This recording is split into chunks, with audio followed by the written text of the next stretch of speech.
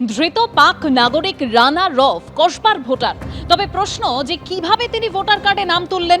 তদন্তে রাজ্য পুলিশের স্পেশাল টাস্ক ফোর্স। কসবা বিধানসভা কেন্দ্রের 66 নম্বর ওয়ার্ডের 31 নম্বর পার্টের ভোটার এই ওয়াহাব আলম নামে ভোটার কার্ডে নাম তুলেছিল রানা রফ। আর এক্ষেত্রে আবার জাভেদ খানের বিরুদ্ধে অভিযোগ সামনে আসছে। আমাদের কসবা বিধানসভা ক্ষেত্রে যে 6টা ওয়ার্ড আছে, আমরা এই বিষয়ে চিঠিও দিই যে 6টা ওয়ার্ডের মধ্যে আমাদের পার্শ্ববর্তী ওয়ার্ড 91 বা 92-তে যেখানে ভোট বাড়ছে 1000, 1800, 1200 এরকম করে, সেই জায়গায় আমাদের অঞ্চলের ভোটার 66 ওয়ার্ডের ভোটার বেড়েছে 36,000, 37,000। এটা একটা অ্যাবনর্মাল ফিগার, এটা হতে পারে না।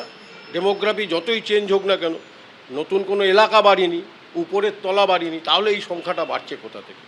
এই ধরনের ঘোস্ট ভোটারদের নাম ইনক্লুড করা হয়েছে। কে তাহলে? বিধায়ক তো জাভেদ খান, তো ওনারাই কি দিনের পর দিন এইভাবে সার্টিফিকেট কিছু দিয়েছে আপনাদের অভিযোগ? অবশ্যই এইবারের ভোটের সময় আমরা দেখলাম যে অ্যাডজুডিকেশনের পর যে নাম বাদ গেল, কাতারে কাতারে ডোমিসাইল সার্টিফিকেট নিয়ে, আমাদের পাশেই থানা রয়েছে, সেই থানায় ডোমিসাইল সার্টিফিকেটের ভেরিফিকেশান করতে আসতো। ফলে এই ডোমিসাইল সার্টিফিকেটটা তারা পেলো কোথা থেকে? কাউন্সিলর বা এমএলএর মদত ছাড়া এগুলো পেতে পারে না। তারা নিজেদের ভোটের স্বার্থে এইভাবে ভোটার সংখ্যাটা বৃদ্ধি করেছে। জানি না আমি, কিন্তু আমরা কোনো সার্টিফিকেট হোক কিছু হোক, আধার কার্ড এবং ভোটার কার্ড ছাড়া দিই না এবং লিখে দিই তার উপরে যে সার্টিফিকেটটা ইস্যু করা হয় তার মধ্যে রেফারেন্স লেখা যায়, আধার কার্ড নম্বর লিখে দিই।